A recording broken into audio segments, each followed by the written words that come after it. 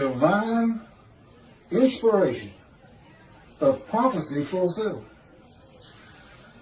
This is from the book of Matthew, chapter 4, verses 13 through 17.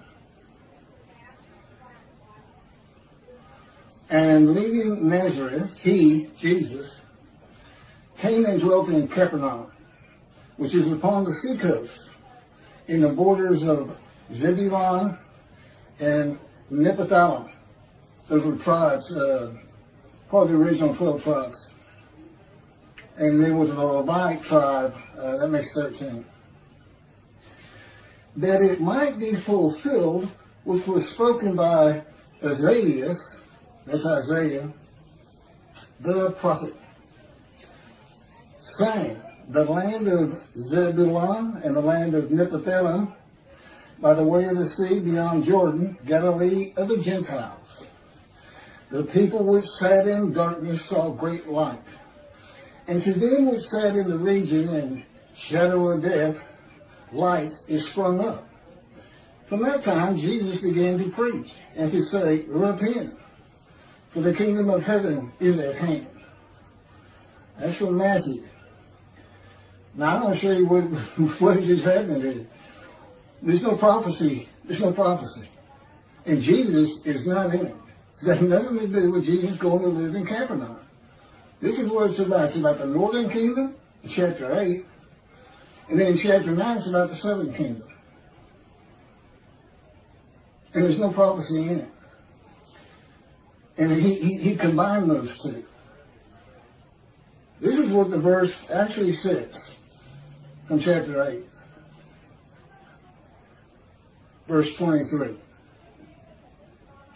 For if there were to be any break of day for the land which is in straits, okay, Assyria was defeating them and deporting them. The land was in straits long before Jesus was born. Only the former king would have brought abasement to the land of Zebulun and the land of Naphtali, while the latter one would have brought honor to the way of the sea, the other side of the Jordan, and Galilee of the nations.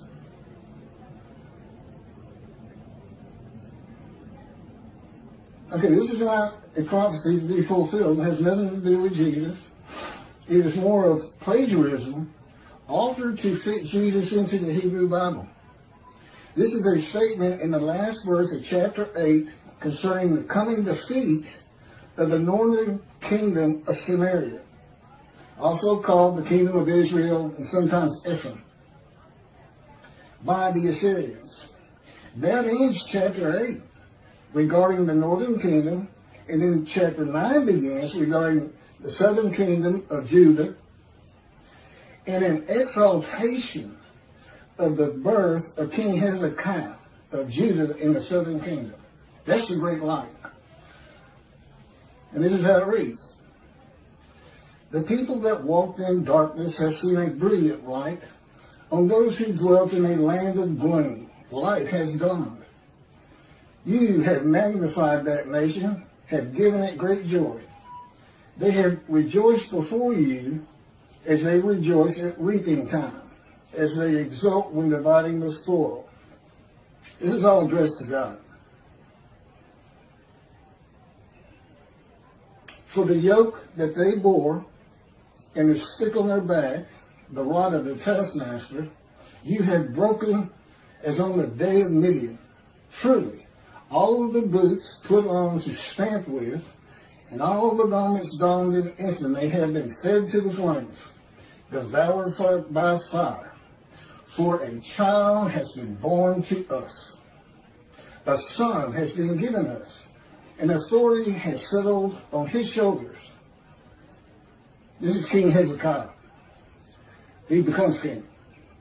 He has been named the mighty God is planning grace, the eternal Father, a peaceable ruler. That's Isaiah chapter 9, verses 1 through 5. This is from 2 Kings, chapter 17, verse 6. In the 9th year of Hoshea, the king of Assyria captured Samaria. He deported the Israelites to Assyria and settled them in Hala, at the river Habor, at the river Gaza, and in the towns of Medea, which would be Iran. This is from 2 Kings chapter 17, verses 24 through 35. The king of Assyria brought people from Babylon, Cutha, Ava, Hamath, and Sepharvaim, and he settled them in the towns of Samaria in place of the Israelites. These are imported Gentiles in the northern kingdom. They took possession of Samaria and dwelt in its towns. This is why when the exiles of Babylon and Assyria were released by decree of Cyrus the Great, that they only returned to Judah and Benjamin. Benjamin is where the kings rule from for Judah, and it's considered part of Judah. But that's why they didn't return to the northern kingdom. And from that, somebody decided the northern kingdom tribes must have got lost. No, there was Gentiles here. These Gentiles even tried to stop the building of the second temple. The Isaiah chapter 9, verse 1 is an exaltation of the birth of King Hezekiah of Judah in the southern kingdom, because the Assyrians were now threatening Judah, which is why there was a great exaltation of the birth of Hezekiah. This is not a prophecy of Jesus dwelling in Capernaum, and that a great light has been seen by the people living there with Jesus, beginning the preaching of repentance. Jesus has nothing to do with these verses.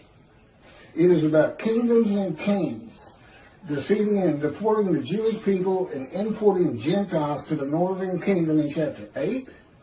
And in chapter 9, the hope that the newborn heir to the throne in the southern kingdom of Judah will be a great king, graced by God, to lead Judah as a peaceable ruler in dangerous times.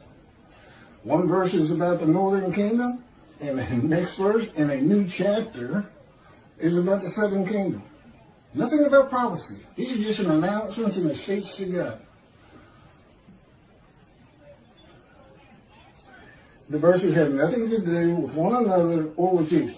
Verses of the Hebrew Bible, which is the Old Testament and the Holy Bible, lifted out and made a part of the Gospel of Matthew with the words that it might be fulfilled, which was spoken by Isaiah the prophet. Isaiah didn't make a prophecy. It's not in there. The story of Jesus has nothing to do with the Hebrew Bible. The writer of Matthew tells his readers that prophecy has been fulfilled by Jesus and combines two verses, changing their meaning and context, and includes an act of Jesus to make it seem as though Jesus was in the, quote, prophecy. That the prophecy of Isaiah includes Jesus preaching repentance. From the days of the writings of the New Testament through the Middle Ages, the world was illiterate for the most part, and very few people had access to the Hebrew Bible or could read the Greek translation of it, later translated to English. No one could examine the veracity of the unknown writers of the Gospels and determine if a prophecy was really fulfilled, and relied on religious leaders' assertions that they were written by divine inspiration.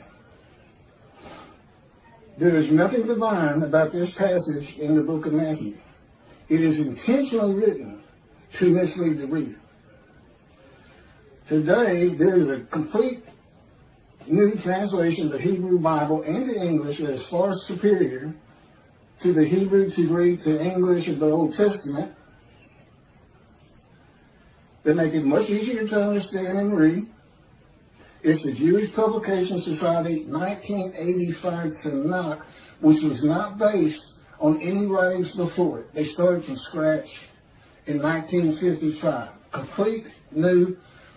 Here, and this is after Israel had adopted Hebrew as one of the two languages of that nation, the other being Arab. So they spent about 30 years on it. And they had a rabbi from each of the, from Orthodox, Conservative, and Reform, and men who spent their whole life working on translations as professors of college, not very learned men. All Christians have the ability today to see that the story of Jesus has nothing to do with the Hebrew Bible, that the prophecy fulfilled verses of the New Testament, which is full of them, especially Matthew. I challenge anybody, go run them down yourself. Usually he doesn't tell you who the prophet is. You have to go find it. And when you find it, you're going to find it's not prophecy, or it's been altered.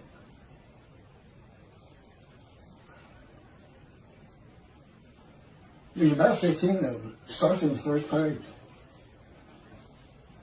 And I'm going to have a video on that real soon in the